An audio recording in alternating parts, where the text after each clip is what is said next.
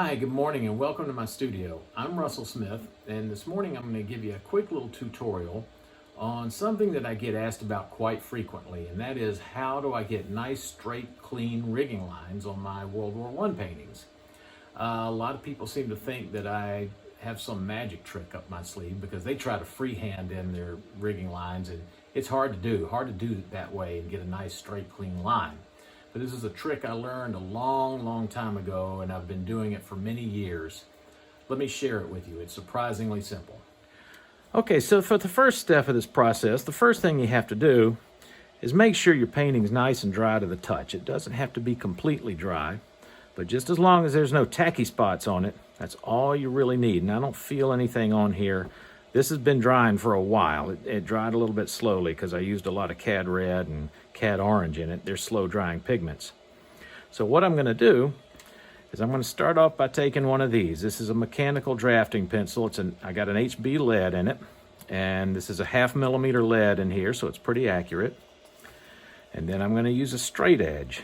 And I like using a circle template just because it's translucent and I can see through it. I can see where I'm laying it down on the painting.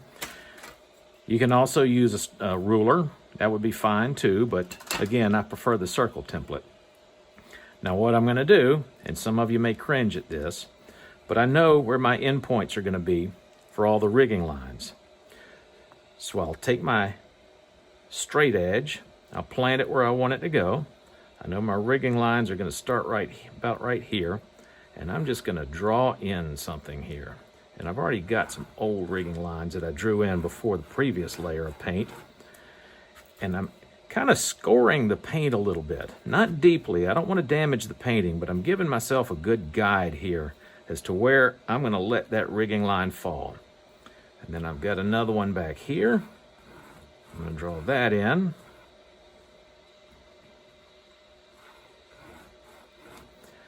And I'm going to keep repeating this process until I've got all my rigging lines drawn in exactly where I want them.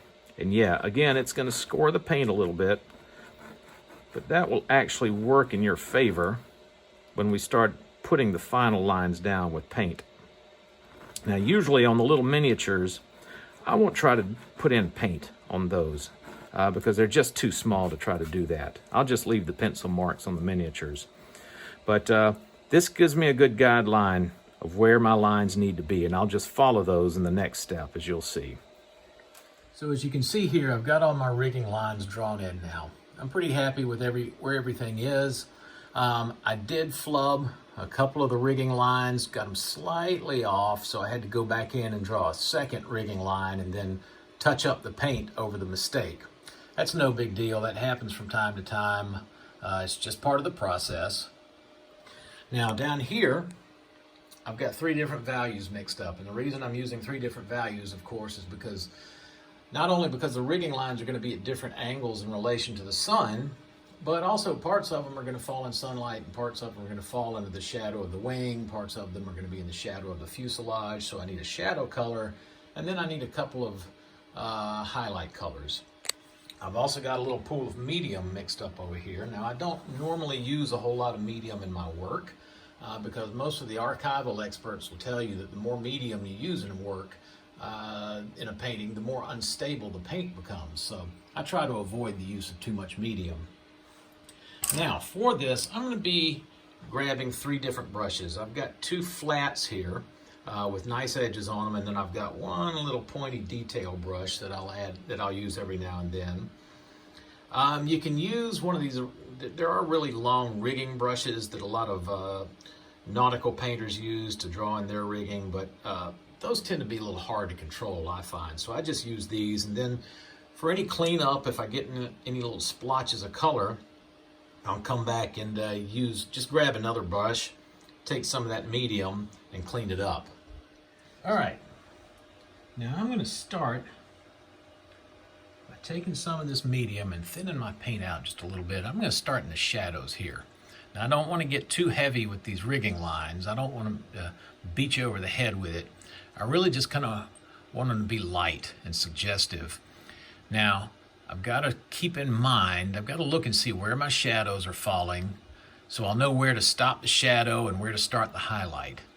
But I'm going to come up here and I'm going to, let's say this shadow comes down this way. It looks like my shadow on this wire where I'm starting is going to start falling right about here. And I'm just going to kind of come in and I'm going to touch this up a little bit. Now you can see it's going to be a little bit heavy.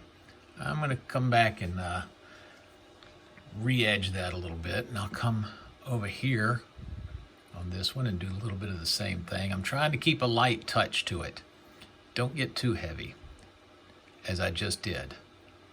So, having done that, that's actually good because I can show you how I'm going to clean that up.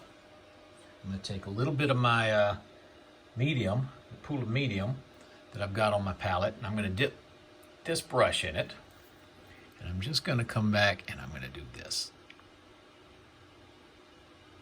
really carefully. And it might take a couple of passes of doing that, but I'm just going to clean those lines up and make them a little more fluid and a little more suggestive.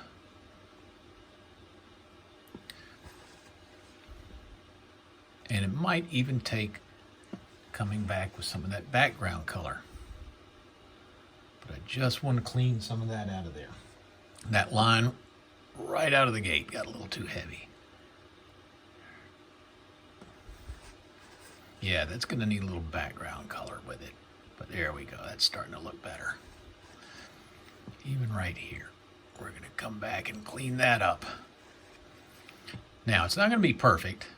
You don't want it to be perfect. You don't want it to look like a computer-generated image. After all, this is an oil painting. Now, I'm going to come back with another brush, and I got to figure out where my sun's coming from. It's basically coming from this angle.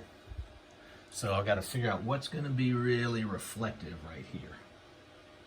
And I'm going to come back in with some of these light paints.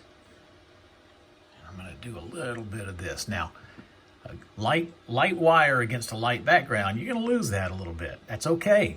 That's okay. That's what's going to happen. But as it crosses over the fuselage, you can see where it's starting to pick up some light. And I'm going to do the same thing on this rear wire here. There we go. Now once again, I'm going to come back and clean that up a little bit. This does get a little bit tedious, especially on planes that have a lot of rigging, like an FE2 or a DH2 or something like that. But it's really not that bad. It's not a hard trick to master. I've been doing this for a long time. I see one spot that needs a little more light right here. And voila, that's how it's done. I might put a little bit of a highlight down here because there's going to be a turnbuckle right there. It's going to pick up a little more light. And here's another wire. This one is going to pick up a lot of light just because of the way it's angled towards the sun. And I'm going to come back here and just drag my brush across it.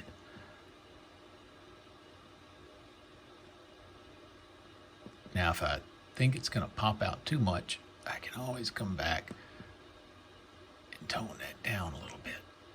But there we go. That one's going to pick up a lot of sun. Now let's clean this up. Again, this brush has a lot of medium on it, so it's easy to pull up the paint with this brush. But I'm just going to kind of smooth that out right there and make that a finer line.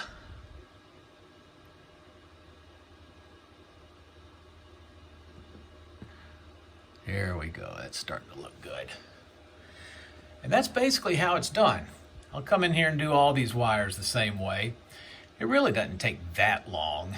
It might take me 45 minutes to do the whole plane. But that's it. That's the trick. That's all there is to it. So now you know how it's done. I've shown you into my magic box here, my little bag of secrets. It's not that hard. So go practice it yourself, see what you can do with it.